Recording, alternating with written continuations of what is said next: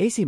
detsembril 1924. aastal kell 5 hommikul, kui Tallinna tänavatel veel valitses pimedus ja vaikus, tungis grupp relvastatud mehi läbi ukse, mis pidi olema kõige turvalisem koht terves Eesti Vabariigis.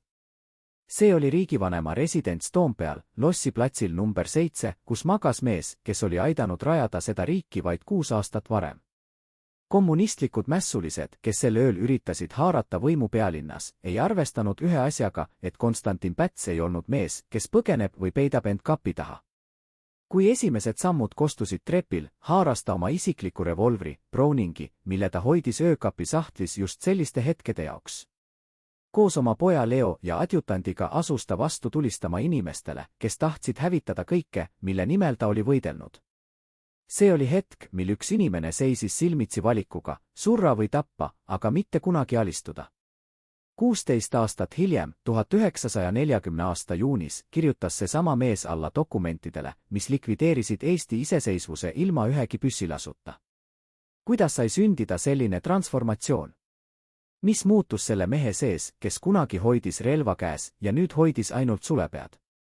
See on lugu mehest, kes päästis end relvaga, aga loovutas hiljem riigi ilma ühegi lasuta. Kui mässulised löödi tagasi ja hommikuvalgus tõusis üle Toompea, seisis Konstantin Päts oma magamistoa akna juures, revolver ikka käes, ja vaatas alla tänavatele, kus valitsusväed puhastasid viimased vastupanupesad. Tema käed ei värisenud. Tema pilk oli selge. See oli mees, kes oli just tõestanud, et ta on valmis surema oma riigi eest, ja see fakt kinnistas tema kuvandit kui kangelast, kes ei karda. Aga kui me vaatame seda hetke täna, peaaegu 100 aastat hiljem, siis peame küsima, kas see oli tõesti julguse hetk või hoopis midagi muud. Kas see oli hetk, mil Päts õppis, et vägivald toimib, et relvad lahendavad probleeme, et tugevus on ainus keel, mida vastased mõistavad? Sest kui me liigume edasi läbi aastate, läbi kõigi nende otsuste ja pöördepunktide, mis viisid meid 1940. aasta juunini, siis näeme mustrit, kus mees, kes uskus relva jõusse, lõpuks unustas, et mõnikord on olemas ka teisi relvi. Või võib-olla ta ei unustanud, vaid lihtsalt mõistis, et need teised relvad, diplomaatia, rahvusvaheline õigus, demokraatia, olid juba ammu kadunud tema arsenalist. Aga enne kui me jõuame selle traagilise lõpuni, peame mõistma, kes oli see mees tegelikult. Konstantin Päts ei sündinud kuningana ega diktaatorina. Ta sündis 1889. aastal Tahkurannas, väikeses talus, kus tema isa oli talupoeg ja tema ema õpetas talle esimesi eestikeelseid sõnu ajal, mil eesti keel oli veel keelatud koolides ja ametlikes asutustes. Ta kasvas üles impeeriumis, kus tema rahvas oli 3. klassi kodanikud, kus Vene keiser otsustas kõike ja eestlased said ainult kuuletuda. Aga Päts ei kuuletunud. Ta õppis õigust Tartu Ülikoolis, hakkas kirjutama ajalehte Teataja, mis propageeris Eesti rahvuslust, ja sai selle eest vangistatud tsaari poliitilise politsei poolt. Tema esimene kokkupuude võimuga oli vangikongis, kus ta mõistis, et impeeriumid ei anna vabadust vabatahtlikult, seda tuleb võtta. Ja kui 1917. aasta revolutsioon tõi kaasa tsaari võimu kokkuvarisemise, oli Päts üks esimesi, kes haaras võimaluse ja kuulutas välja Eesti iseseisvuse. 24. veebruaril 1918. aastal, kui Saksa väed lähenesid Tallinnale ja bolševikud olid juba põgenenud, seisis Päts Pärnu teatri laval ja luges ette manifesti, mis muutis kõike. See oli hetk, mil unistus sai reaalsuseks, aga see oli ka hetk, mil algas võitlus selle reaalsuse säilitamise eest. Vabadussõda oli verine ja kaootiline. Eesti väed, mis koosnesid suuresti vabatahtlikest, kes ei olnud kunagi varem relva hoidnud, pidid võitlema 3 rindel, bolševike vastu idas, baltisakslaste vastu läänes ja Landesvehri vastu lõunas. Päts, kes oli saanud ajutise valitsuse juhiks, pidi tegema otsuseid, mis määrasid ära tuhandete inimeste saatuse. Kas saata väed Narva või Tartusse? Kas usaldada Inglise sõjalisi nõustajaid või mitte? Kas teha kompromisse baltisakslastega või võidelda lõpuni? Iga otsus oli hasart, iga viga võis tähendada riigi lõppu. Aga Päts ei kõhelnud. Ta tegi otsuseid kiiresti, jõuliselt, mõnikord brutaalselt. Ja see toimis. 1920. aasta veebruariks oli Eesti võitnud sõja ja sõlminud Tartu rahulepingu Nõukogude Venemaaga, mis tunnustas Eesti iseseisvust igaveseks ajaks. See oli triumf. Aga see oli ka illusioon. Sest igavestit ei tähenda impeeriumide maailmas seda, mida see tähendab väikeste rahvaste unistustes. Järgmised aastad olid demokraatia katsetuse aeg. Eesti võttis vastu põhiseaduse, mis oli üks kõige liberaalsemaid Euroopas, proportsionaalne valimissüsteem, lai sõnavabadus, tugev parlament.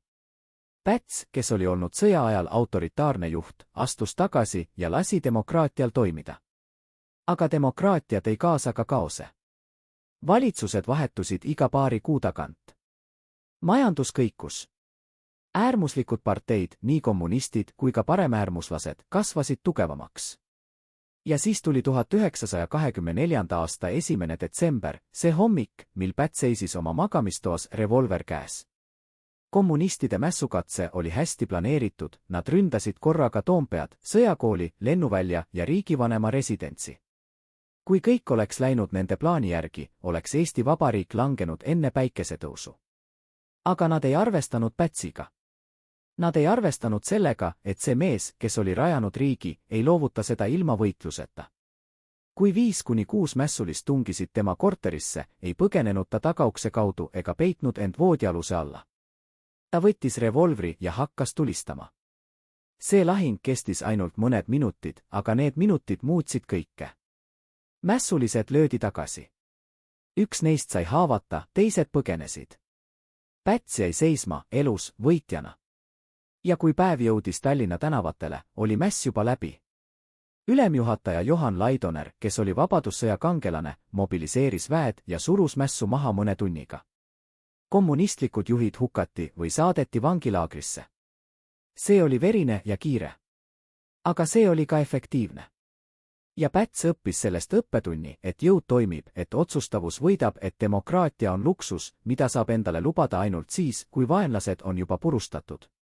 See õppetund jäi tema mõtetesse ja ootas oma aega. Sest 10 aastat hiljem, 1934. aastal, kui Eesti demokraatia oli jälle kord kriisis ja paremäärmuslik vapsid liikumine ähvardas võimu haarata, kasutas Päts täpselt sama meetodit, ta tegi riigipöörde. 12. märtsil 1934. aastal kuulutas Päts koos Laidoneri ja teiste sõjaväejuhtidega välja eriolukorra, peatas põhiseaduse ja keelas kõik poliitilised parteid. See oli riigipöörde, kuigi seda nimetati demokraatia päästmiseks. Vapsid, kes olid võitnud viimased valimised ja oleksid pidanud saama võimu seaduslikult, arreteeriti. Ajakirjanikud, kes kritiseerisid uut režiimi, vaikistati. Parlament muutus nukuteatriks, kus kõik otsused tehti Pätsi kabinetis. See oli algus sellele, mida hiljem nimetati vaikivaks ajastuks, perioodiks, mil Eesti oli formaalselt vabariik, aga tegelikult autoritaarne riik, kus üks mees otsustas kõike. Ja see mees oli Konstantin Päts, sama mees, kes kunagi võitles demokraatia eest, aga nüüd hävitas selle, sest ta uskus, et ainult tugev käsi saab kaitsta riiki. Aga kas see oli tõesti kaitse või hoopis midagi muud? Kas Päts kaitses riiki või kaitses ta oma võimu? Ja kas see valik, mille ta tegi 1934. aastal, oli see, mis tegi võimatuks teise valiku 1940. aastal? Vaikiv ajastu tõi Eestisse stabiilsuse, aga see oli stabiilsus, mis maksis. Päts ehitas üles süsteemi, kus tema sõna oli seadus. Ta nimetas end presidendiks, kuigi seda ametit ei olnud põhiseaduses ette nähtud. Ta lõi uue põhiseaduse, mis andis talle peaaegu piiramatu võimu. Ta kontrollis ajakirjandust, kohtuid, politseid. Aga ta kontrollis ka majandust. Ja siin tuleb mängu üks kõige vaieldavam aspekt tema elust, tema suhted Nõukogude Liiduga. 1920. lõpus ja 30. alguses oli Päts seotud Tallinna ja Moskva vahelise kaubandusega. Tallinna laevaühisus, mille ta asutas, vedas naftat ja teisi kaupu Nõukogude Liidu ja Lääne vahel. See oli kasumlik äri. Väga kasumlik. Ja mõned ajaloolased, nagu Magnus Ilmjärv, on väitnud, et Nõukogude Liit maksis Pätsile suuri summasid konsultatsioonitasudena, raha, mis võis muuta ta vastuvõtlikumaks Moskva soovidele. Kas see on tõsi? Kas Päts oli ostetud? Või oli ta lihtsalt pragmaatiline ärimees, kes mõistis, et väike riik peab ellu jääma ka majanduslikult ja et Nõukogude Liit oli suur turg, mida ei saa ignoreerida? Me ei tea täpselt, kui palju raha Päts sai ja mille eest. Arhiivid on osaliselt hävinenud, osaliselt ikka veel suletud. Aga me teame, et ta käis 1930ndate jooksul tihedalt läbi Nõukogude Liidu saadikutega Tallinnas. Me teame, et ta kohtus nendega privaatselt, ilma protokollideta. Me teame, et ta ei usaldanud oma välisministreid nende kohtumiste detailidega. Ja me teame, et kui 1939. aastal tuli Molotovi-Ribbentropi pakt, mis jagas Ida-Euroopa Saksamaa ja Nõukogude Liidu vahel, ei olnud Päts šokeeritud. Ta oli valmis. Liiga valmis. 23. augustil 1939. aastal, kui Stalin ja Hitler allkirjastasid pakti, mis määras Eesti Nõukogude Liidu mõjusfääri, oli Päts juba mõelnud läbi oma strateegia. Ta ei protesteerinud. Ta ei pöördunud Rahvaste Liidu poole. Ta ei mobiliseerinud rahvast. Ta lihtsalt ootas. Ja siis tuli 28. september 1939. Nõukogude Liit esitas Eestile ultimaatumi allkirjastada baaside leping, mis lubaks Punaarmeel paigutada Eesti territooriumile 25 000 sõdurit. See oli arv, mis ületas Eesti tollase kaitseväe suuruse. See oli okupatsioon, kuigi seda nimetati vastastikuse abistamise leppeks. Päts kutsus kokku valitsuse ja sõjaväejuhid. Laidoner, kes oli kunagi purustanud kommunistide mässu mõne tunniga, ütles nüüd, et sõjaline vastupanu on lootusetu. Me kestaksime 2 nädalat, ütles ta. Võib-olla vähem. Ja siis meid hävitaks Punaarmee täielikult. Päts nõustus. Ta allkirjastas lepingu. Ja 29. septembril 1939. aastal astusid Nõukogude väed Eesti pinnale. Nad tulid rongidega, laevadega, autode kolonnis. Nad ehitasid baasid Paldiski, Tallinna, Tartu lähedale. Nad tõid kaasa tankid, lennukid, suurtükid. Ja Eesti rahvas vaatas pealt, abitult, mõistes, et nende riik on juba kaotatud, kuigi formaalselt oli see ikka veel iseseisev. Aga miks? Miks Päts ei võidelnud? Miks mees, kes kunagi hoidis revolvrit käes ja tulistas kommunistidele, nüüd lihtsalt allkirjastas dokumendid ja lasi vaenlasel sisse? Üks vastus on see, mida Päts ise hiljem väitis, et ta tahtis päästa rahva bioloogilise hävingu eest. Ta uskus, et kui Eesti üritaks sõjaliselt vastu panna, siis Stalin hävitaks eestlased täielikult, nagu ta oli hävitanud tšetšeenid, ingušid, teised väikerahvad, kes julgesid vastu hakata. Ta uskus, et hääletu alistumine säilitab rahva genofondi, et eestlased jäävad ellu, isegi kui riik kaob, ja et ühel päeval, kui suurriigid, Saksamaa või Inglismaa, muudavad olukorda, saab Eesti jälle vabaks. See oli lootus. Aga see oli ka illusioon. Sest Stalin ei säästa neid, kes alistuvad. Ta hävitab neid aeglasemalt, aga sama põhjalikult. Teine vastus on see, mida ajaloolased nagu Ilmjärv on pakkunud, et Päts oli šantažeeritav. Et Nõukogude Liit teadis tema ärilisi sidemeid, tema rahalisi tehinguid, võib-olla isegi tema isiklikke saladusi ja kasutas neid teda survestamiseks. Kas see on tõsi? Me ei tea. Aga me teame, et Päts oli mees, kes hoidis saladusi. Me teame, et ta ei usaldanud isegi oma lähimaid nõunikke kõige kohta. Me teame, et ta hävitas dokumente enne, kui Nõukogude väed tulid. Mida need dokumendid sisaldasid? Mida ta kartis, et keegi leiab? Need on küsimused, millele me ei saa kunagi täielikku vastust. Aga need on küsimused, mis jäävad õhku rippuma, kui me vaatame tema viimaste kuude otsuseid. Kolmas vastus on kõige valusamalt lihtne, et Päts oli lõksu püütud oma enda autoritaarsuse poolt. Pärast 1934. aasta riigipööret oli ta hävitanud poliitilise opositsiooni. Ta oli vaikistanud vaba ajakirjanduse. Ta oli nõrgestanud Kaitseliitu, sest kartis, et relvastatud rahvas võib pöörata relvad ka tema enda režiimi vastu. Ja nüüd, kui tuli aeg mobiliseerida rahvast Nõukogude Liidu vastu, ei olnud tal enam rahva mandaati. Ta ei usaldanud rahvast ja rahvas ei usaldanud teda. See oli autoritarismi lõks, et kui sa ehitad süsteemi, kus ainult sina otsustad, siis kriisi hetkel oled sa ka ainuke, kes vastutab. Ja kui sa teed vale otsuse, ei ole kedagi, kes sind peataks. Päts tegi vale otsuse. Või võib-olla ta tegi ainsa otsuse, mis tal oli jäänud, sest kõik teised valikud olid juba ammu kadunud. 1940. aasta juuni oli Eesti ajaloo kõige pimedamad nädalad. 16. juunil esitas Nõukogude Liit uue ultimaatumi, täielik okupeerimine, uue valitsuse moodustamine, Punaarmee vaba liikumine kogu riigis. Päts ei protesteerinud. Ta kutsus kokku valitsuse ja ütles, et meil ei ole valikut. 17. juunil astusid Nõukogude väed Eestisse juba mitte külalistena, vaid vallutajatena. Nad hõivasid valitsushooned, raadiojaamad, sõjaväebaasid. Nad arreteerisid poliitikuid, ohvitsere, ajakirjanikke. Ja Päts istus Kadrioru lossis, isoleerituna, tema telefoniliinid läbi lõigatud, tema ümber tiirutasid soomusautod. Andrei Ždanov, Stalini usaldusisik, tuli tema juurde ja dikteeris uue valitsuse koosseisu. Johannes Vares-Barbarus, luuletaja, kes oli olnud kommunistide sümpatiseerija, sai peaministriks. Päts pidi allkirjastama dekreedi, mis nimetas ta ametisse. Ta võttis sulepea ja kirjutas oma nime. Ilma sõnadeta. Ilma protestita. Ilma revolvrita. 21. juunil 1940 aastal toimus Tallinnas Raua tänaval ainus tõeline lahing Eesti ja Nõukogude üksuste vahel. Sidepataljon, mille sõdurid olid saanud käsurelvad loovutada, keeldusid. Nad barrikadeerisid end kasarmutesse ja avasid tule Punaarmee sõduritele. Lahing kestis mitu tundi. Eesti sõdurid teadsid, et nad kaotavad, aga nad võitlesid ikkagi. Mõned neist surid. Teised arreteeriti ja saadeti Siberisse. Aga nad ei alistunud hääletult. See oli kontrast Pätsi vaikimisele. See oli kontrast mehele, kes kunagi tulistas kommunistidele oma magamistoas, aga nüüd ei julgenud anda käsku võidelda. Miks?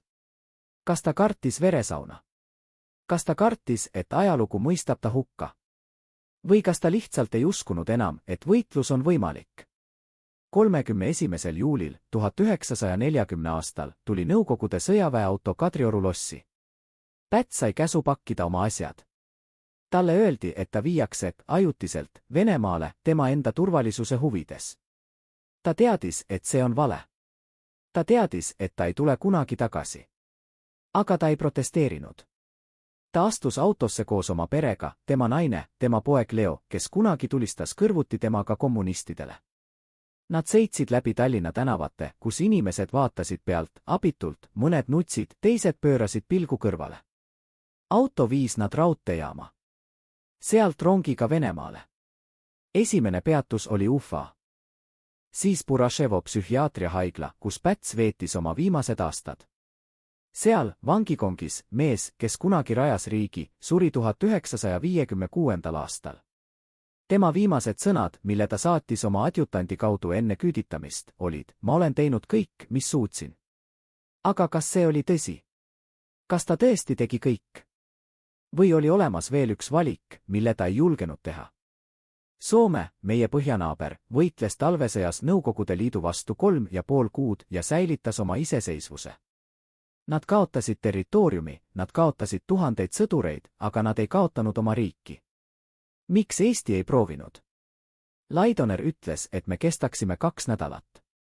Aga 2 nädalat on pikem kui 0 päeva. 2 nädalat oleks andnud aega rahvusvahelisele survele, diplomaatiale, võib-olla isegi lääne sekkumisele. Aga Päts valis nulli. Ta valis vaikimise.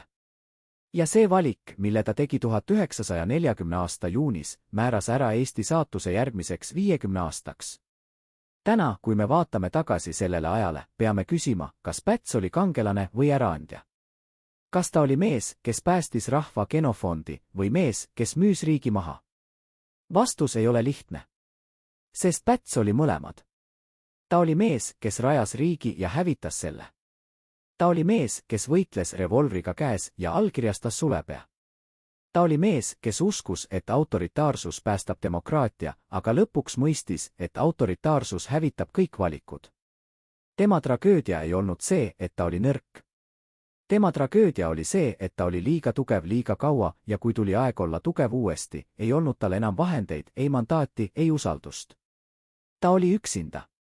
Ja üksinda inimene, isegi kui ta on president, ei saa peatada impeeriumi.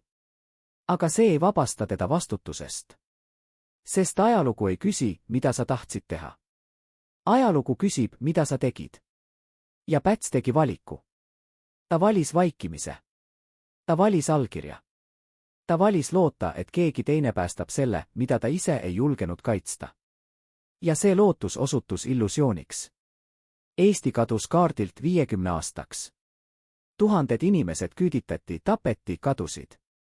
Ja Päts ise suri vangikongis, kaugel kodust, kaugel riigist, mille ta kunagi rajas.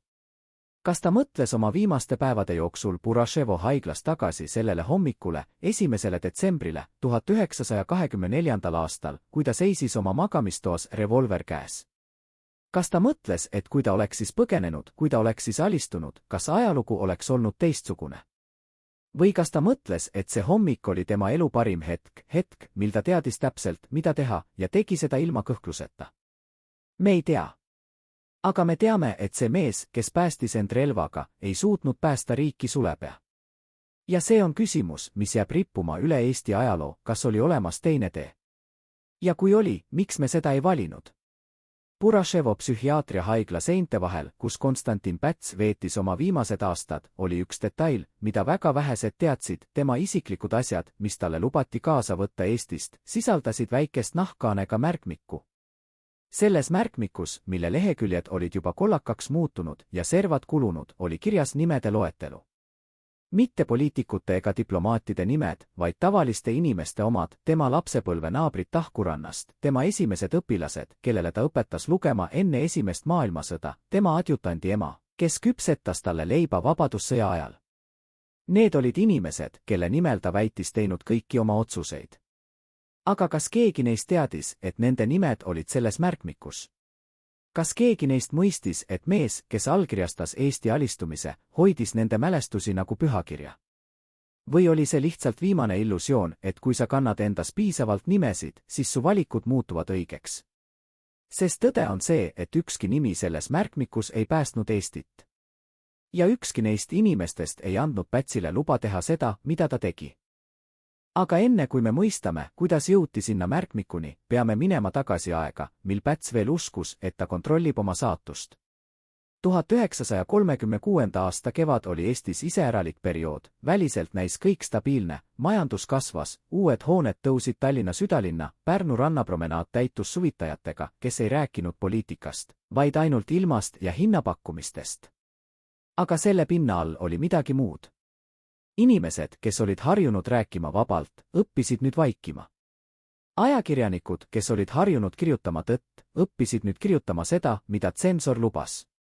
Ja Päts ise, kes istus Kadrioru lossis ja allkirjastas dekreete, mida parlament enam ei arutanud, hakkas märkama midagi iseäralikku, et tema lähimad nõunikud ei vaadanud talle enam otse silma. Nad noogutasid, nad nõustusid, nad täitsid käske. Aga nende pilgus oli midagi, mida Päts ei osanud nimetada. Kas see oli hirm? Või hoopis kaastunne? Või võib-olla see oli midagi hullemat, teadmine, et mees, keda nad teenivad, on juba kaotanud selle, mida ta arvab end kaitsevat.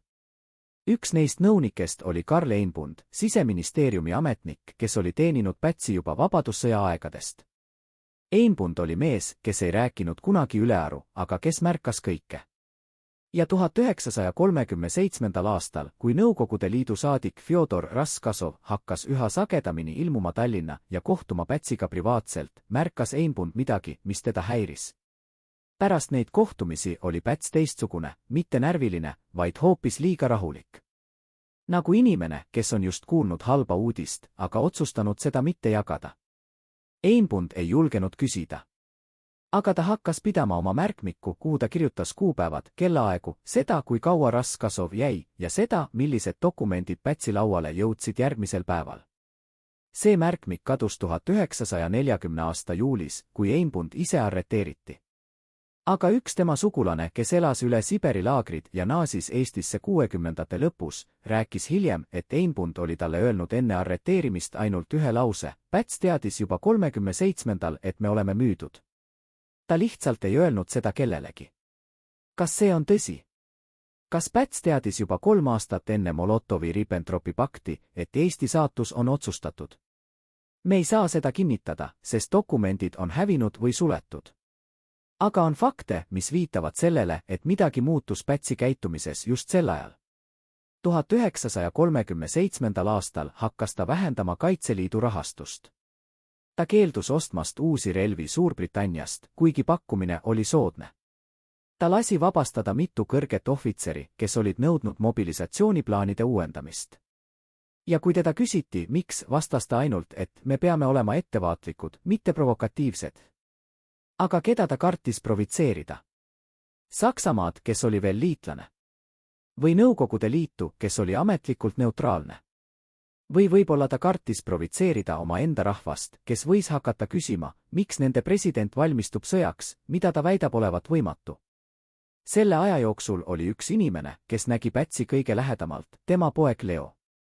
Leo Päts, kes oli tulistanud kõrvuti isaga 1924. aastal, oli nüüd täiskasvanud mees, kes töötas Välisministeeriumis ja kes teadis, mis toimub diplomaatilistes kanalites. Ja Leo nägi, kuidas tema isa muutus. Mitte järsku, vaid aeglaselt, nagu puu, mis närbub seestpoolt. Päts hakkas magama halvemini. Ta hakkas kordama ennast vestlustes. Ta hakkas rääkima minevikust rohkem kui tulevikust. Ja ühel õhtul 1938. aastal, kui nad istusid koos Kadrioru lossi raamatukogus ja väljas sadas vihma, küsis Leo otse, isa, kas sa usud, et me suudame end kaitsta, kui tuleb sõda? Päts vaatas teda pikalt ja siis ütles midagi, mida Leo ei unustanud kunagi. Poeg, mõnikord ei ole küsimus selles, kas sa suudad kaitsta. Küsimus on selles, kas sa suudad ellu jääda piisavalt kaua, et keegi teine tuleks sind päästma. See oli vastus, mis ei vastanud küsimusele. Aga see oli ka vastus, mis rääkis kõike. Sest Päts uskus või tahtis uskuda, et Eesti ei ole üksi. Ta uskus, et Suurbritannia, kes oli garanteerinud Poola iseseisvuse, garanteerib ka Balti riikide oma. Ta uskus, et Rahvaste Liit, kuigi nõrk, ei lase väikerahvastel lihtsalt kaduda. Ta uskus, et Saksamaa, kes oli Eesti kaubanduspartner, ei lase Stalini võtta seda, mis kuulus lääne mõjusfääri. Aga kõik need uskumused olid ehitatud liivale. Sest kui tuli 1939. aasta august ja Molotovi-Ribbentropi pakt, ei helistanud Londonist keegi. Rahvaste Liit ei teinud avaldust. Saksamaa allkirjastas pakti, mis andis Eesti Stalinile nagu malelaualetturi. Ja Päts jäi üksi. Mitte ainult poliitiliselt, vaid ka psühholoogiliselt. Sest mees, kes oli ehitanud oma strateegia teiste abile, mõistis nüüd, et teised ei tule. Ja see mõistmine murdis midagi tema sees, midagi, mida ei saa enam parandada. 28. septembril 1939. aastal, kui Nõukogude ultimaatum saabus, kutsus Päts kokku koosoleku, millest võtsid osa ainult 5 inimest, tema ise, Laidoner, välisminister Karl Selter, peaminister Kaarel Eenpalu ja president Kaarel Einbund. See koosolek kestis 6 tundi. Ukse taga seisis 2 relvastatud kaitsepolitseinikku, kes said käsu mitte lasta kedagi sisse ega välja. Mis toimus selle ukse taga? Meil on ainult fragmendid, Selteri hilisemad mälestused, mida ta kirjutas Siberi laagris enne surma, ja Laidoneri lühike märkus tema isiklikus päevikus, mille tema tütar päästis ja mis avaldati alles 90ndate alguses. Selter kirjutas, Laidoner rääkis numbritest. Meil on 12 000 sõdurit, kellest pool on ajateenijad. Nõukogude Liidul on Leningradi sõjaväeringkonnas 200 000. Kui me võitleme, kaotame kõik. Kui me ei võitle, kaotame ainult riigi, aga mitte rahva. Päts kuulas ja ei öelnud midagi. Ta lihtsalt noogutas. Ja siis ta küsis ühe küsimuse, mis jäi kõlama, kas keegi teist usub, et me saame abi Lääne-Euroopast? Vaikus. Keegi ei vastanud. Sest kõik teadsid vastust. Aga oli üks inimene selles toas, kes ei nõustunud. Kaarel Eenpalu, peaminister, kes oli olnud Pätsi lojaalne liitlane kõigis tema otsustes, ütles nüüd midagi, mis šokeeris kõiki, kui me allkirjastame selle lepingu, siis me ei kaota ainult riiki. Me kaotame ka õiguse öelda oma lastele, et me üritasime. Päts vaatas teda ja tema pilk oli külm. Kaarel, ütles ta, meie lapsed ei saa midagi öelda, kui nad on surnud. See oli lõpp arutelule. Eenpalu ei öelnud enam midagi. Ja kui koosolek lõppes, allkirjastas Päts dokumendi, mis andis Nõukogude Liidule õiguse tuua Eestisse 25 000 sõdurit. See oli esimene samm. Aga see ei olnud viimane. Järgmised 9 kuud, septembrist 1939. juunini 1940, olid Eesti ajaloo kõige veidramad. Formaalselt oli Eesti ikka veel iseseisev riik. Päts oli ikka veel president. Valitsus töötas. Kohus mõistis õigust. Aga kõik teadsid, et see on illusioon. Nõukogude baasid Eestis olid nagu kasvajad, nad kasvasid, nad levisid, nad hakkasid kontrollima üha rohkem. Nõukogude ohvitserid käisid Tallinna restoranides ja rääkisid vene keeles, nagu oleksid nad kodus. Nõukogude luurajad värbas eestlasi, kes vajasid raha või kartsid arreteerimist. Ja Päts. Päts istus Kadrioru lossis ja allkirjastas dekreete, mis muutusid üha ebaolulisemaks. Ta kohtus välissuursaadikutega, kes küsisid, kas Eesti kavatseb vastu panna, ja ta vastas, et me loodame diplomaatilisele lahendusele. Aga diplomaatia oli juba surnud. See oli ainult küsimus ajast, millal keegi seda tunnistab. Üks inimene, kes nägi seda kõike seestpoolt, oli Päts ise. Aga mida ta tundis? Kas ta tundis süüd? Kas ta tundis viha? Või kas ta tundis lihtsalt väsimust sellest, et kanda vastutust, mida keegi teine ei taha? Meil on üks vihje. 1940. aasta mais, kuu enne lõplikku okupatsiooni, külastas Pätsi tema vana sõber, pastor Jakob Kukk, kes oli teeninud vabadussõja ajal väeõpetajana. Kukk kirjutas hiljem oma mälestustes, et Päts nägi välja nagu mees, kes on juba surmaotsuse saanud, aga ootab ainult täideviimist. Nad rääkisid mitte poliitikast, vaid usust. Ja Päts küsis, Jakob, kas Jumal andestab inimesele, kes teeb vale otsuse õigel põhjusel? Kukk ei teadnud, mida vastata. Ta ütles ainult, Konstantin, Jumal näeb südant. Aga ajalugu näeb ainult tegusid. Päts noogutas ja nad ei rääkinud sellest enam. 16. juunil 1940. aastal, kui Nõukogude ultimaatum täielikuks okupeerimiseks saabus, ei olnud Päts enam šokeeritud. Ta oli oodanud seda. Võib-olla mitte täpselt sel kuupäeval, aga ta oli teadnud, et see tuleb. Ja kui Ždanov saabus Tallinna ja kutsus ta Kadrioru lossi vestlusele, teadis Päts, et see ei ole vestlus. See on käsk. Ždanov oli Stalini usaldusisik, mees, kes oli organiseerinud puhastusi Leningradis ja kes ei tundnud kaastunnet. Ta istus Pätsi kabineti tugitoolis, süütas sigareti ja ütles otse, härra president, teie valitsus on kaotanud rahva usalduse. Rahvas nõuab muutusi. Ja Nõukogude Liit toetab rahva tahet. See oli absurdne rääkida rahva tahtest, kui Punaarmee tankid olid juba Tallinna tänavatel. Aga Päts ei vastu vaielnud. Ta küsis ainult, keda te soovitate uueks peaministriks. Ždanov andis talle nimekirja. Esimene nimi oli Johannes Vares-Barbarus, luuletaja, kes oli kirjutanud ilusaid luuletusi loodusest ja armastusest, aga kes oli ka kommunistide sümpatiseerija. Päts vaatas nime ja ütles, ma ei tunne teda hästi. Ždanov naeratas, te ei pea teda tundma. Te peate ainult allkirjastama. Ja Päts allkirjastas. Mitte kohe, vaid pärast 3 päeva, mil ta istus üksi oma kabinetis ja vaatas aknast välja Kadrioru pargile, kus lapsed mängisid ja ei teadnud, et nende riik on kadumas.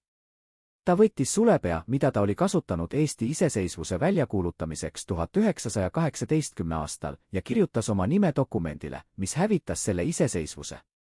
Kas tema käsi värises? Tunnistajad ütlevad, et ei. Tema käsi oli stabiilne.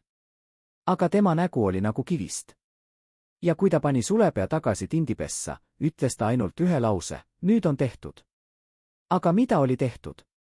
Kas oli tehtud valik, mis päästis rahva? Või oli tehtud valik, mis hävitas viimase võimaluse võidelda? Sest oli inimesi, kes tahtsid võidelda. Sidepataljoni sõdurid, kes keeldusid relvad loovutamast ja võitlesid Raua tänaval. Metsavennad, kes hakkasid organiseeruma juba juunis ja kes võitlesid Nõukogude okupatsiooni vastu veel aastaid pärast sõda. Tavalised inimesed, kes ei nõustunud, aga keda ei küsitud. Päts tegi otsuse nende eest. Ja see otsus oli, ära võitle. Alista end. Looda, et keegi teine päästab. Aga keegi teine ei tulnud. Ja need, kes ootasid päästmist, said selle asemel küüditamisrongi ja Siberi laagri. 31.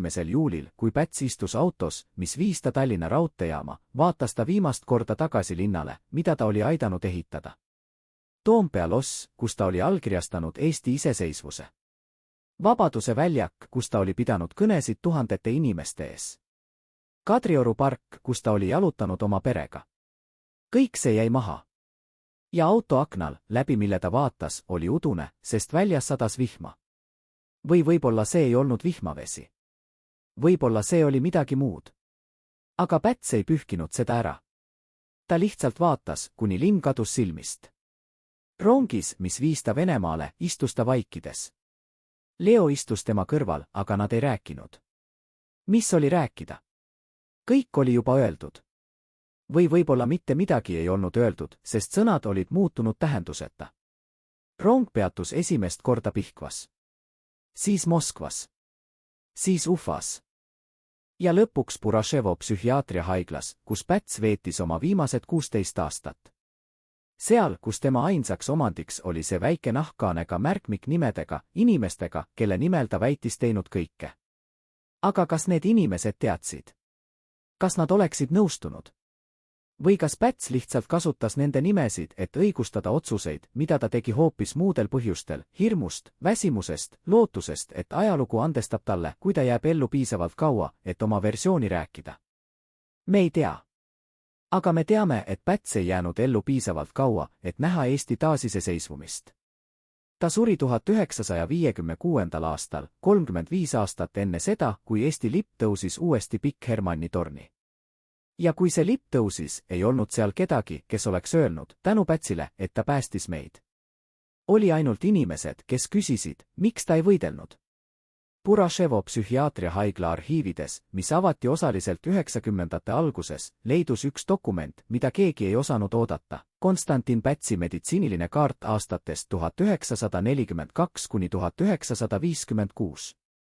Seal, kus tavaliselt kirjeldatakse sümptomeid ja ravi, oli üks märkus, mille tegi arst nimega Vassili Sokolov 1943. aastal. Patsient keeldub rääkimast oma minevikust. Kui küsida tema rollist Eesti valitsuses, muutub ta täielikult vaikseks.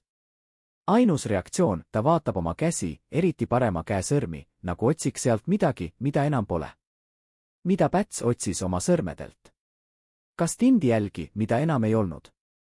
Kas tundeid, mida ta oli tundnud, kui allkirjastas dokumente, mis hävitasid tema riigi?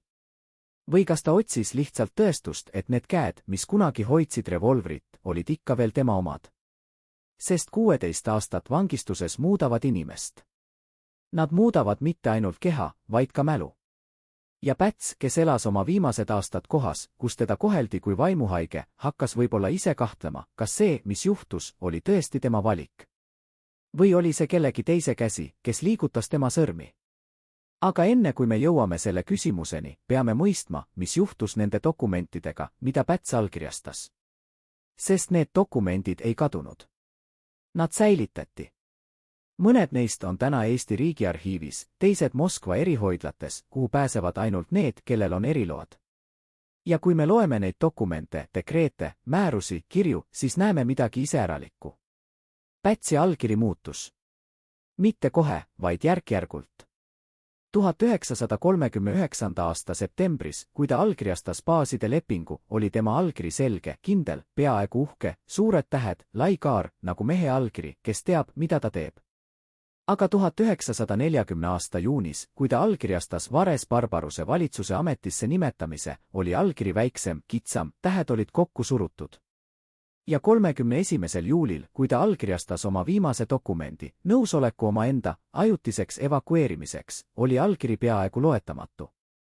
Grafoloogid, kes on neid allkirju analüüsinud, ütlevad, et see on klassikaline märk psühholoogilisest survest. Aga mis surve? Kas see oli Ždanovi ähvardused? Kas see oli hirm oma pere pärast? Või kas see oli midagi sügavamat, hirm selle ees, et ajalugu mõistab ta hukka ja ta ei saa kunagi oma versiooni rääkida? Üks inimene, kes nägi neid allkirju tekkimas, oli Pätsi isiklik sekretär, Linda Raudsepp, kes töötas Kadrioru lossis kuni viimase päevani. Raudsepp arreteeriti 2 nädalat pärast Pätsi küüditamist ja saadeti Siberisse, kus ta veetis 8 aastat. Kui ta naasis Eestisse 60ndate lõpus, oli ta vaikiv naine, kes ei rääkinud kunagi oma kogemustest. Aga 90ndate alguses, kui ta oli juba 80-aastane ja teadis, et tal ei ole palju aega, andis ta ühe intervjuu Eesti ajaloolasele. Seal ta ütles midagi, mis on jäänud kõlama. Päts ei allkirjastanud neid dokumente, sest ta uskus, et see on õige. Ta allkirjastas, sest ta uskus, et kui ta ei allkirjasta, siis keegi teine allkirjastab ja see keegi teine teeb asju veel hullemaks. Ta uskus, et tema kohalolek aeglustab hävingut. Aga aeglustamine ei ole päästmine. See on ainult pikendatud surm.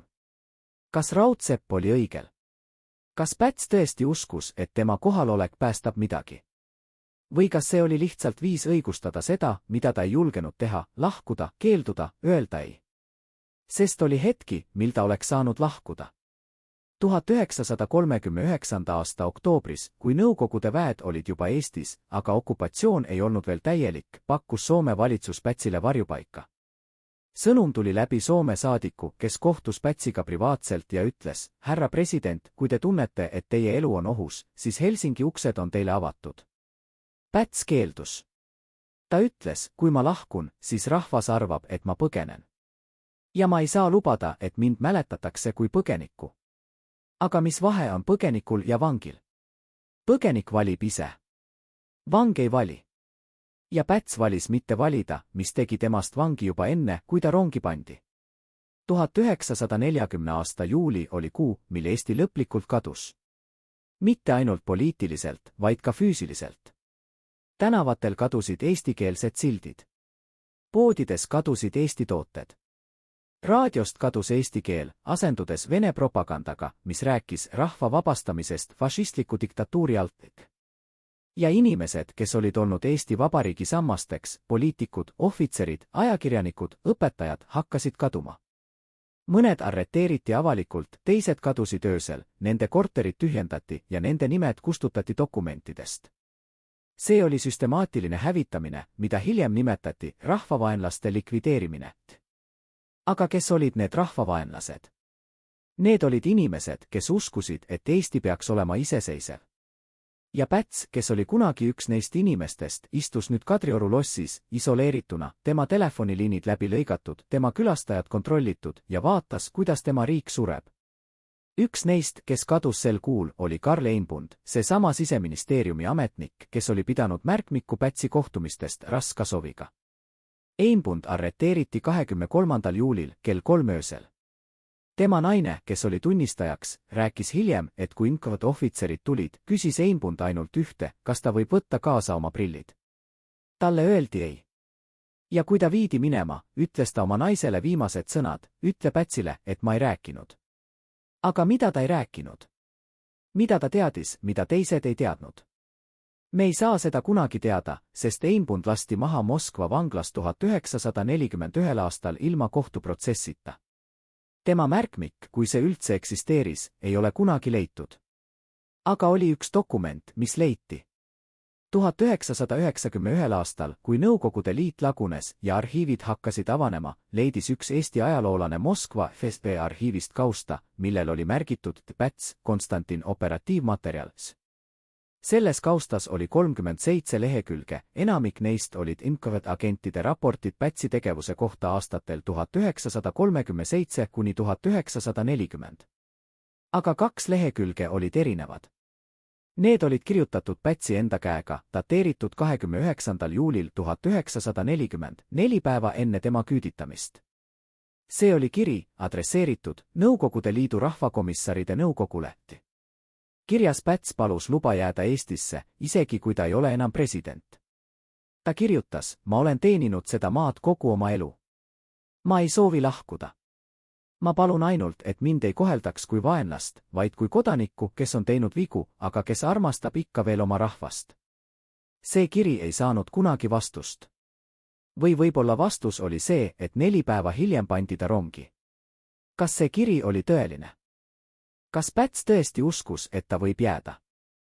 Või kas see oli lihtsalt viimane katse säilitada vähemalt illusiooni, et tal on veel mingisugune kontroll? Sest tõde on see, et Pätsil ei olnud enam kontrolli. Tal ei olnud seda juba ammu. Võib-olla tal ei olnud seda alates 1939. aasta augustist, kui Molotovi-Ribbentropi pakt allkirjastati. Või võib-olla tal ei olnud seda alates 1934. kui ta tegi riigipöörde ja hävitas demokraatia, mis oleks võinud anda rahvale võimaluse valida. Või võib-olla tal ei olnud seda kunagi, sest väikese riigi juht suure impeeriumi kõrval ei ole kunagi tõeliselt vaba. Ta on ainult nukk, kes liigub seni, kuni keegi teine hoiab niite. Aga oli üks hetk, üks viimane hetk, mil Päts oleks võinud teha teistsuguse valiku. see hetk tuli 21. juunil 1940, kui sidepataljoni sõdurid barrikadeerisid end Raua tänava kasarmutesse ja keeldusid relvad loovutamast. Uudis jõudis Kadrioru lossi kella 11 paiku hommikul. Päts oli just lõpetanud hommikusöögi, kui tema adjutant tuli ja ütles: härra president, sidepataljon on hakanud tulistama Punaarmee sõduritele. Nad ootavad teie käsku. Päts vaatas teda ja küsis: mis käsku? Adjutant vastas: kas jätkata või loovutada. Päts seisis akna juures ja vaatas välja.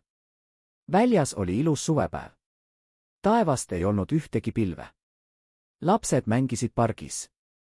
Ja kuskil Tallinna kesklinnas surid Eesti sõdurid, kes uskusid, et nende president annab neile käsu võidelda. Aga Päts ei andnud seda käsku. Ta ütles ainult: öelge neile, et nad loovutaksid. Me ei saa lubada veresauna. Adjutant küsis: aga härra president, nad on juba hakanud võitlema. Kui nad nüüd loovutavad, siis Nõukogude võimud. Päts katkestas: öelge neile, et nad loovutaksid. See on käsk. Aga kas see käsk jõudis kohale? Mõned allikad ütlevad jah, teised ütlevad ei. Sidepataljoni sõdurid võitlesid veel mitu tundi pärast seda, kui käsk väidetavalt anti. Mõned neist surid. Teised arreteeriti ja saadeti Siberisse. Aga ükski neist ei loovutanud vabatahtlikult. Nad võitlesid, sest nad uskusid, et võitlus on võimalik. Ja Päts, kes istus Kadrioru lossis ja kuulis kauget tulistamist, teadis, et need mehed surevad tema otsuse pärast, mitte otsuse võidelda, vaid otsuse mitte võidelda. Sest kui president ei anna käsku mobiliseerida, siis iga võitlus on mäss. Ja mässajaid ei mäleta ajalugu kangelastena. Neid mäletatakse kui hullusid, kes ei mõistnud, et sõda on juba kaotatud. Aga kas sõda oli tõesti kaotatud? Soome, kes oli samas olukorras, võitles. Ja kuigi nad kaotasid territooriumi, nad ei kaotanud riiki. Poola, kes oli okupeeritud nii Saksamaa kui ka Nõukogude Liidu poolt, võitles. Ja kuigi nad kannatusid kohutavalt, nad ei kadunud. Aga Eesti ei võidelnud. Ja Eesti kadus 50 aastaks. Kas see oli Pätsi süü? Või oli see lihtsalt ajaloo jõhkrus, et mõnikord ei ole õigeid valikuid, on ainult vähem halbad? Aga kes otsustab, mis on vähem halb? Kas see on üks inimene, kes istub lossis ja vaatab kaarti? Või kas see on rahvas, kes peab elama nende otsuste tagajärgedega? Päts valis rahva eest. Ja rahvas maksis hinna. 1941. aastal algas massiline küüditamine. Juunis, täpselt aasta pärast okupatsiooni, pandi 10 000 inimest rongidesse ja saadeti Siberisse. Nende hulgas olid endised poliitikud, ohvitserid, äimehed, õpetajad, ajakirjanikud, kõik, keda Nõukogude võim pidas ohtlikuks. Aga ka tavalised inimesed, talupojad, kes olid liiga edukad, töölised, kes olid liiga kriitilised, naised, kelle mehed olid juba arreteeritud. Ja Päts, kes oli sel ajal juba Buraševo haiglas, kuulis sellest alles kuid hiljem, kui üks kaasvangi, kes oli äsja saabunud Eestist, rääkis talle. Pätsi reaktsioon. Tunnistajad ütlevad, et ta ei öelnud midagi. Ta lihtsalt pöördus seina poole ja ei rääkinud kellegagi 3 päeva. Kas ta tundis süüd? Kas ta mõistis, et tema valik, mitte võidelda, ei päästnud kedagi, vaid ainult muutis surma aeglasemaks? Me ei tea. Aga me teame, et Päts elas veel 15 aastat pärast seda, kui ta kuulis küüditamistest. 15 aastat, mil ta ärkas igal hommikul vangikongis, vaatas oma käsi ja mõtles, kas need käed, mis allkirjastasid dokumendid, päästsid kedagi. Või kas nad lihtsalt venitasid välja kannatusi. 1956. aastal, jaanuaris, kui Konstantin Päts oli juba 76-aastane ja tema tervis oli halvenenud nii palju, et ta ei suutnud enam kõndida ilma abita, sai ta külastuse. See oli tema poeg Leo, kes oli samuti vangistuses, aga keda lubati isa juurde lühikeseks kohtumiseks. Nad ei olnud näinud teineteist 5 aastat. Leo, kes oli kunagi olnud tugev noor mees, kes tulistas kõrvuti isaga kommunistidele, oli nüüd kõhn ja hall, tema käed värisesid ja tema pilk oli tühi. Aga ta tuli isa juurde ja nad istusid koos väikeses toas, kus oli ainult 2 tooli ja aken, mille taga oli lumi. Nad ei rääkinud palju. Mis oli rääkida? Aga enne lahkumist küsis Leo ühte: isa, kas sa kahetsed? Päts vaatas teda pikalt ja siis ütles: poeg, ma kahetsen ainult ühte, et ma ei suutnud sind kaitsta. Leo noogutas ja lahkus. See oli viimane kord, kui nad nägid teineteist. Päts suri 8 kuud hiljem, 18. jaanuaril 1956. Tema surmatunnistuses oli kirjas põhjus, südamepuudulikkus. Aga kas see oli tõde? Või kas tõeline põhjus oli see, et süda, mis kandis liiga palju saladusi, liiga palju valikuid, liiga palju nimesid selles väikeses märkmikus, lihtsalt ei suutnud enam? Pätsi keha maeti Buraševo haigla kalmistule, kus ei olnud hauakivi ega nime. Ainult number. Alles 1991. aastal, kui Eesti oli jälle vaba, toodi tema säilmed tagasi ja maeti metsakalmistule Tallinna, kus puhkavad teised Eesti Vabariigi rajajad. Matustel oli tuhandeid inimesi. Mõned neist nutsid. Teised seisid vaikides. Aga oli ka neid, kes ei tulnud, sest nad ei andnud andeks. Nad ei andnud andeks seda, et Päts ei võidelnud. Nad ei andnud andeks seda, et ta allkirjastas. Nad ei andnud andeks seda, et ta valis vaikimise. Aga kas andestamine on see, mida ajalugu peaks pakkuma? Või peaks ajalugu lihtsalt küsima, miks? Miks mees, kes kunagi hoidis revolvrit ja tulistas, ei hoidnud seda uuesti? Miks mees, kes rajas riigi, ei kaitsnud seda? Miks mees, kes uskus, et ta päästab rahva, ei küsinud rahvalt, kas nad tahavad olla päästetud? Need on küsimused, millele ei ole lihtsaid vastuseid. Aga need on küsimused, mis peavad olema küsitud. Sest kui me ei küsi neid, siis me ei mõista mitte ainult Pätsi, vaid ka iseennast. Me ei mõista, kuidas jõuame punkti, kus valikud kaovad. Me ei mõista, kuidas autoritaarsus, mis algab kui kaitse, muutub lõksuks. Me ei mõista, kuidas hirm, mis algab kui ettevaatlikkus, muutub halvatus. Konstantin Päts ei olnud koletis. Ta ei olnud ka kangelane. Ta oli inimene, kes tegi valikuid, mida ta uskus olevat õiged, aga mis osutusid valeks. Või võib-olla nad ei olnud valed, vaid lihtsalt võimatud. Sest mõnikord ajalugu ei paku õigeid valikuid. Mõnikord see pakub ainult traagilisi. Ja Pätsi tragöödia oli see, et ta uskus, et ta saab valida vähem traagilist. Aga vähem traagiline ei tähenda mitte traagiline. See tähendab ainult, et surm tuleb aeglasemalt. Ja aeglane surm ei ole päästmine. See on ainult pikem kannatamine. Kas Päts mõistis seda? Kas ta mõistis, kui ta istus Buraševo haiglas ja vaatas oma käsi, et need käed, mis kunagi hoidsid revolvrit, olid teinud vale valiku, kui nad võtsid sulepea? Me ei tea. Aga me teame, et ajalugu ei küsi, mida sa tahtsid. Ajalugu küsib, mida sa tegid. Ja Päts tegi valiku. Ta valis mitte võidelda. Ja see valik määras ära Eesti saatuse 50 aastaks. Kas see oli õige valik? Küsige nendelt, kes küüditati. Küsige nendelt, kes surid Siberi laagrites. Küsige nendelt, kes elasid 50 aastat okupatsiooni all. Ja siis otsustage ise. Finaal, Konstantin Päts, revolver Ves. Sulepea. Buraševo psühhiaatriahaigla personalitoimikus, mille avastasid Eesti ajaloolased alles 2013. aastal, leidus üks märge, mis ei olnud meditsiiniline. See oli ühe käsikirjaline märkus, dateeritud 6. jaanuaril 1956. aastal, 12 päeva enne Pätsi surma. Patsient palus pliiatsit ja paberit. Kui küsisin, mida ta tahab kirjutada, vastas ta, nimesid. Ainult nimesid.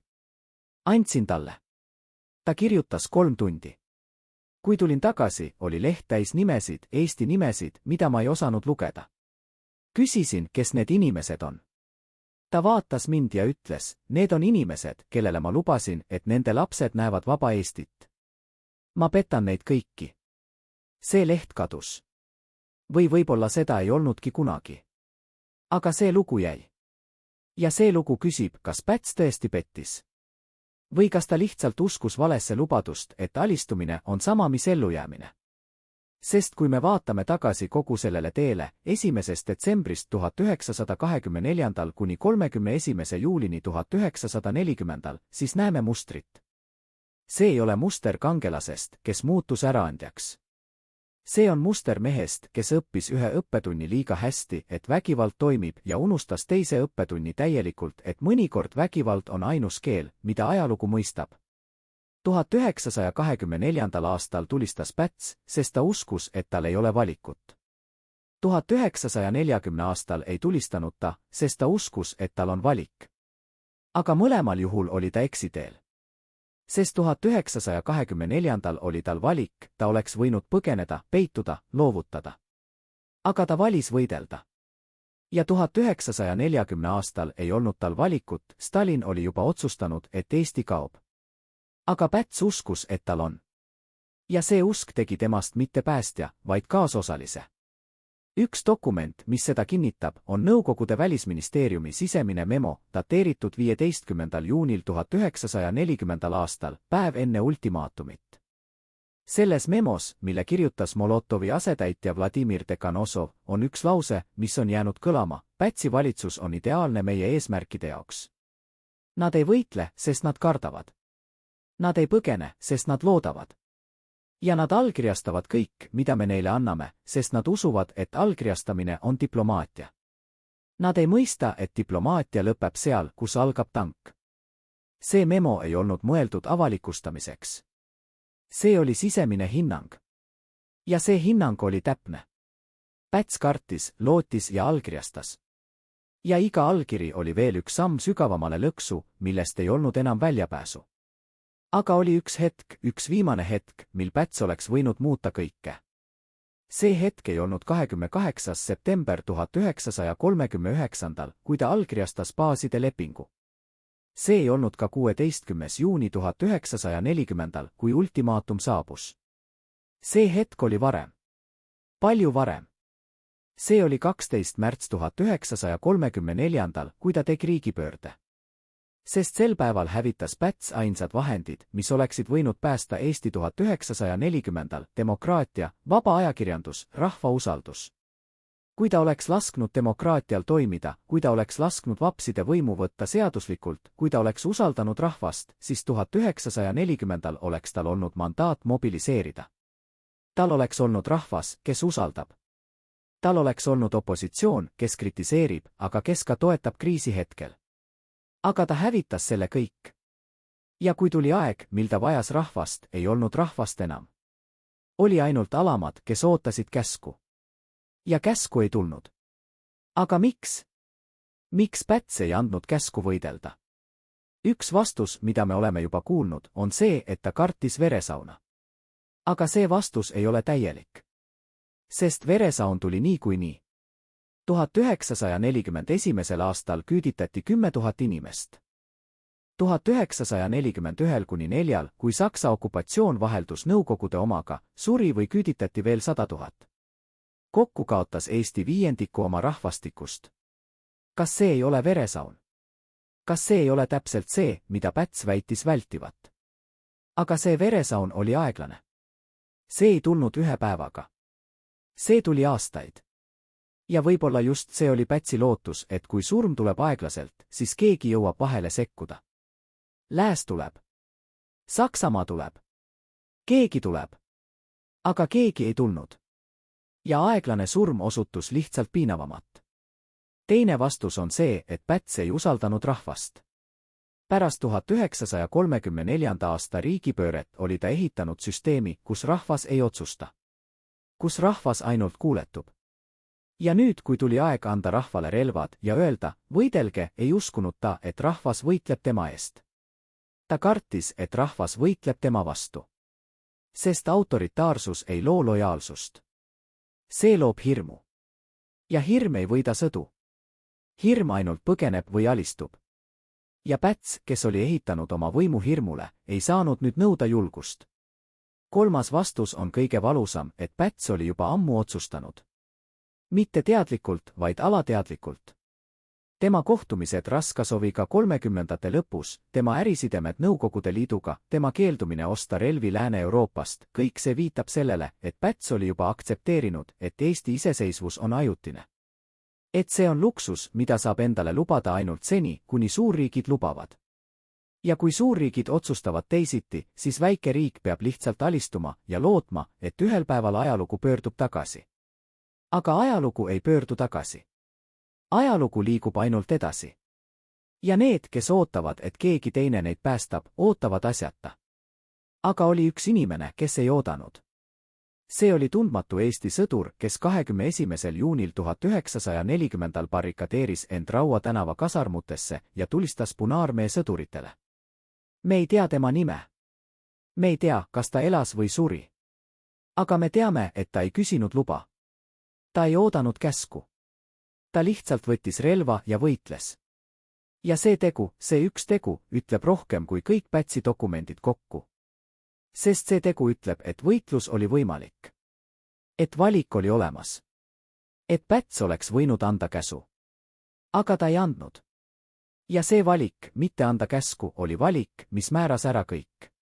1956. aastal, kui Konstantin Päts suri Buraševo haiglas, ei olnud Eestis ühtegi ametlikku leinateatist. Nõukogude ajalehed ei maininud tema surma. Raadio ei öelnud midagi.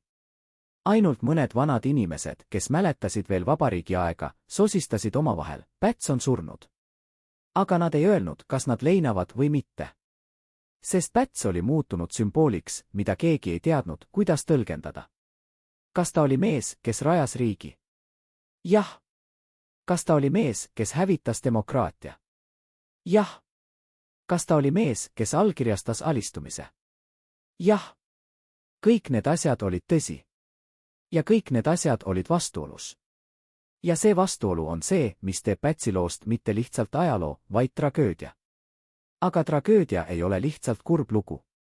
Tragöödia on lugu, kus kangelane teeb valiku, mis viib ta hävinguni, ja kus me, vaatajad, näeme, kuidas see valik oli vältimatu, aga ka vale. Pätsi valik oli vältimatu, sest ta uskus, et tal ei ole teist teed. Aga see oli ka vale, sest teine tee oli olemas, see oli tee, mida Soome valis, mida Poola valis, mida need tundmatud sõdurid Raua tänaval valisid. See oli tee, kus sa võitled, isegi kui sa tead, et sa kaotad. Sest mõnikord kaotamine võitluses on parem kui võitmine alistumises. Sest võitlus jätab mälestuse. Alistumine jätab ainult häbi. Aga kas Päts tundis häbi? Kas ta tundis, kui ta istus Buraševo haiglas ja vaatas oma käsi, et need käed, mis kunagi hoidsid revolvrit, olid teinud vale valiku, kui nad võtsid sulepea? Me ei tea. Aga me teame, et tema viimased sõnad, mille ta saatis oma adjutandi kaudu enne küüditamist, olid, ma olen teinud kõik, mis suutsin. Kas see oli tõsi? Kas ta tõesti tegi kõik? Või kas see oli lihtsalt viimane illusioon, et kui sa ütled seda piisavalt kõvasti, siis see muutub tõeks? Sest tõde on see, et Päts ei teinud kõike. Ta ei mobiliseerinud rahvast. Ta ei andnud käsku võidelda. Ta ei põgenenud, kui tal oli võimalus. Ta ei usaldanud demokraatiat. Ta ei usaldanud rahvast. Ta usaldas ainult iseennast. Ja kui tuli aeg, mil iseenda usaldamine ei piisanud, ei olnud tal enam kedagi, kelle poole pöörduda. Ta oli üksi. Ja üksi inimene, isegi kui ta on president, ei saa peatada impeeriumi. Finaal. Täna, kui me kõnnime läbi Tallinna vanalinna ja näeme Toompea lossi, kus Päts kunagi allkirjastas Eesti iseseisvuse, ja siis vaatame üle Vabaduse väljaku, kus 1940 marssisid Punaarmee kolonid, peame küsima, mis jäi alles? Mis jäi alles sellest mehest, kes pidas revolvrit käes ja siis võttis sulepea? Mis jäi alles sellest riigist, mis sündis võitluses ja suri vaikimises? Pätsi pere ei pääsenud. Tema naine suri Siberis 1953. aastal. Tema poeg Leo vabanes alles 1956. samal aastal, kui isa suri, aga ta ei saanud kunagi naasta Eestisse. Ta elas oma viimased aastad Venemaal, võõras mees võõras maal, kelle ainus ühendus kodumaaga oli mälestus sellest hommikust, kui ta tulistas kõrvuti isaga kommunistidele. Kas ta mõtles sellele hommikule? Kas ta mõtles, et kui nad oleksid siis kaotanud, kui nad oleksid siis surnud, kas see oleks olnud parem kui see, mis tegelikult juhtus, et nad elasid piisavalt kaua, et näha kõike, mida nad armastasid, hävitatud? Need, kes reetisid Pätsi või keda Päts nimetas reetjateks, ei saanud ka pääsemist. Johannes Vares-Barbarus, luuletaja, kes sai Nõukogude nukupeaministriks, sooritas enesetapu 1941. aastal, kui ta mõistis, et ta on ainult nukk ja et nukke visatakse ära, kui etendus on läbi. Andrei Štanov, kes murdis Pätsi Kadrioru lossis, suri 1948. aastal Stalini puhastuste käigus. Mees, kes oli hävitanud teisi, hävitati ise. Ja Stalin. Stalin suri 1953. aastal, aga tema impeerium elas veel 38 aastat. Ja kogu selle aja jooksul oli Eesti kaardilt kadunud.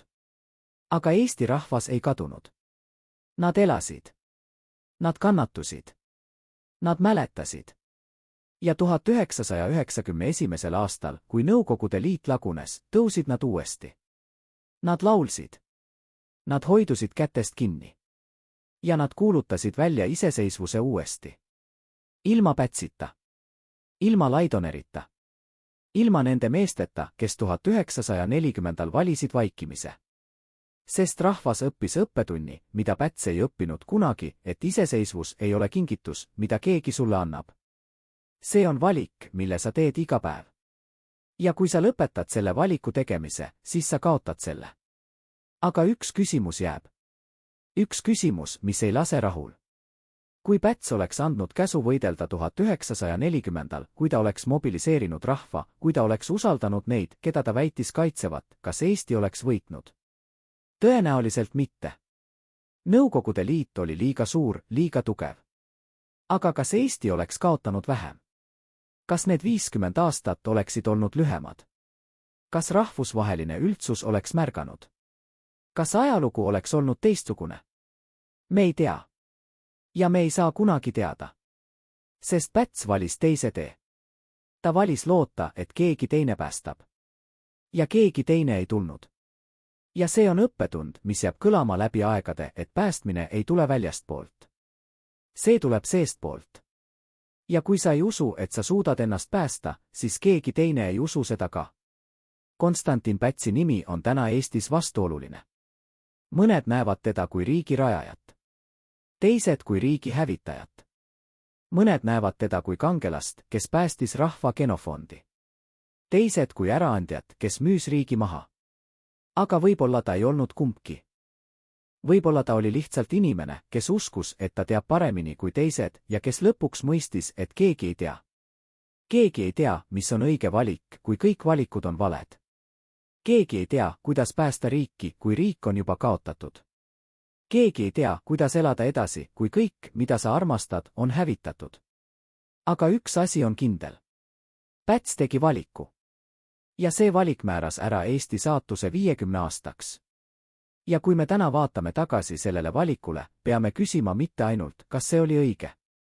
Vaid ka, mida me oleksime teinud tema asemel. Kas me oleksime tulistanud? Või kas me oleksime võtnud sulepea? Kas me oleksime usaldanud rahvast? Või kas me oleksime usaldanud ainult iseennast? Need on küsimused, millele ei ole lihtsaid vastuseid. Aga need on küsimused, mis peavad olema küsitud. Sest ajalugu ei ole ainult minevik.